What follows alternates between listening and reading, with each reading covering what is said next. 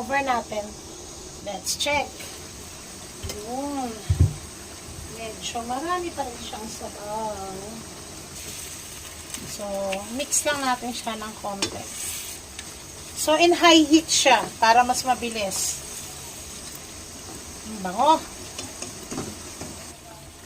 So, ayan. Medyo nagmantika na siya. So, gisa natin yung ating bawang. Kasi garlic ito. Garlicky adobo. Ang bango na ng bahay namin. Ayan. So, kasi ako gusto ko, lutong-luto yung garlic. Mix na natin yung garlic.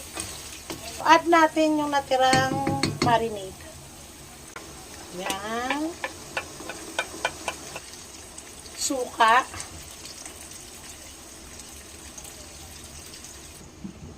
Lutuin natin yung suka.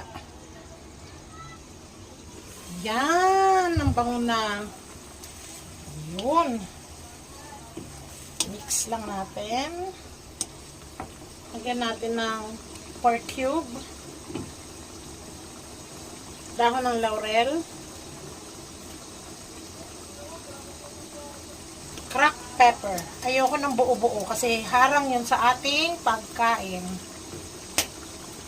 Ang nagpapasarap daw. Konti lang.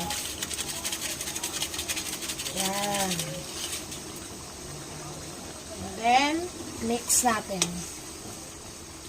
So, natimplahan na natin siya. So, cover natin to mga another 10 minutes. Let's check. Yan. Kumukulo na.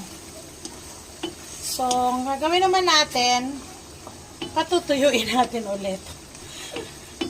Para manuot yung kanyang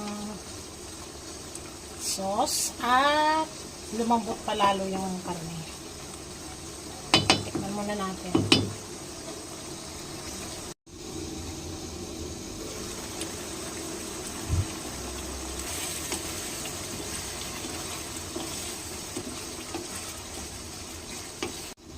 Sunday's best pork adobo. Sarap! Ayan na, nagmamantika na. Kain na na!